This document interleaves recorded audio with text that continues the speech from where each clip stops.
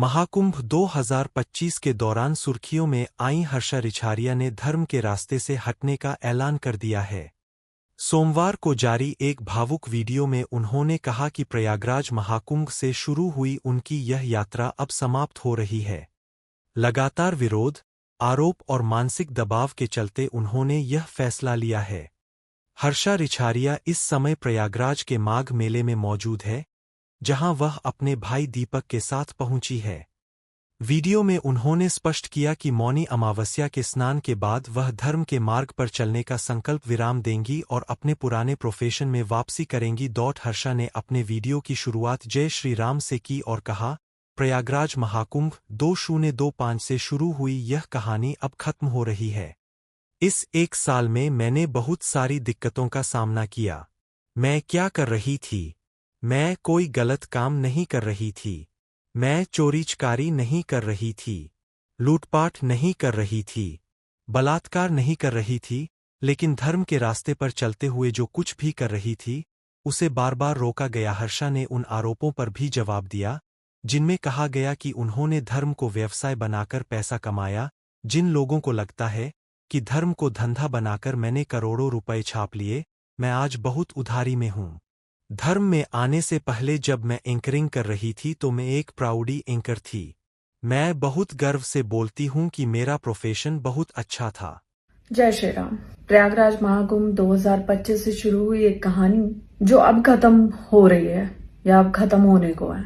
इस एक साल में मैंने बहुत सारे विरोध का सामना किया है। प्रयागराज से शुरू हुआ था वो विरोध, लगा कि अब ठीक होगा, अब ठीक होगा, महाकुंभ के बाद ठीक होगा। लेकिन मैंने जो कुछ भी करने की कोशिश की धर्म के रास्ते पे चलते हुए, मैं क्या कर रही थी? मैं कोई गलत काम नहीं कर रही थी, मैं चोरी चकारी नहीं कर रही थी, मैं लूटपाट नहीं कर रही थी, मैं बलात्कार नहीं कर रही थी। लेकिन मैं जो भी धर्म के रास्ते पे आगे बढ़ने के लिए कर रही थी, उसे बार बार रोका गया, मेरा मनोबल बार बार तोड़ा गया। जिनको लगता है कि महाकुंभ से अभी तक मैंने धर्म को धंधा बना के करोड़ों रुपए छाप लिए, मैं आज बहुत उधारी में हूँ।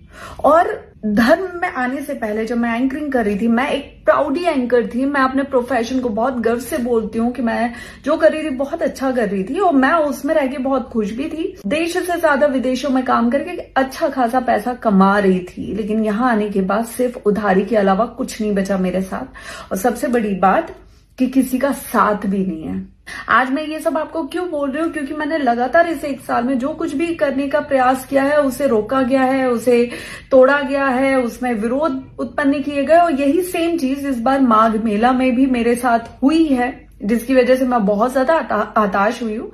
जबकि मैंने ऐसा कुछ भी नहीं किया जिसकी वजह से मेरा विरोध किया जाए। लेकिन विरोध करना शायद हमारे देश में यही एक चीज बहुत आसान है। और एक लड़की के साथ अगर आप उसका मनोबल नहीं तोड़ पा रहे हो, कुछ नहीं कर पा रहे हो, तो उसके चरित्र का हनन करो, फिर तो वो टूटेगी ही टूटेगी। तो भाई आप अपना धर्म अपने पास रखें। मैं कोई माँ सीता नहीं हूं जो मैं अग्नि परीक्षा दूंगी।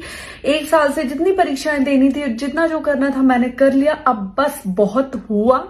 अब इस मौनी अमावस्या पे माघ मेले में मैं अपना स्नान करूंगी और उस स्नान के साथ जो धर्म पे चलने का संकल्प मैंने लिया था, उस संकल्प को मैं पूर्णतः विराम दूंगी और वापस अपना पुराना काम करूंगी, जिसमें ना ही कोई विरोध था, ना ही कोई चरित्र हनन जैसा काम था और ना ही उधारी थी। मुझसे अब कोई भी युवा, कोई भी भाई बहन ये बोलेंगे ना कि हमें धर्म से जुड़ना है, हमें धर्म के रास्ते पे चलना है, तो मैं यही बोलूंगी कि सबसे बड़ा धर्म है अपनी फैमिली से जुड़ के रहो, अपने परिवार में रहो, अपने घर के मंदिर में पूजा करो। इसके अलावा किसी को मत मानो।